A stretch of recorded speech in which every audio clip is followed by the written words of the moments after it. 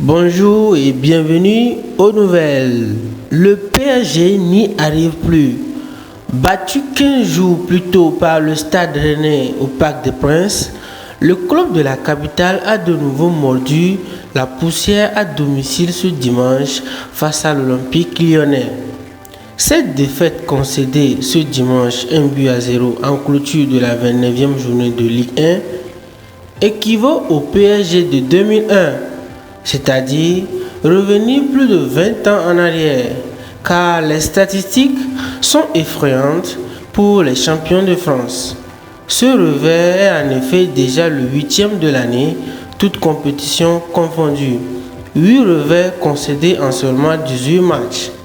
Pour retrouver un tel ratio, il faudrait remonter à la saison 2000-2001 et au PSG dirigé par Nicolas Anelka.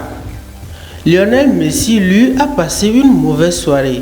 Il a été très décevant, sifflé par le Parc des Princes. Le champion du monde a reçu tout de même le soutien de Nicolas, son compatriote de l'Olé, qui a révélé la nature de leur discussion sur le terrain.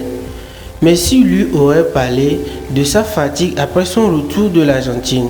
Pour Nicolas, le public s'en prend toujours au meilleur joueur pour exprimer sa colère. Chelsea se débarrasse déjà de Potter. Graham Potter n'est plus l'entraîneur de Chelsea. L'intéressé a été limogé ce dimanche soir.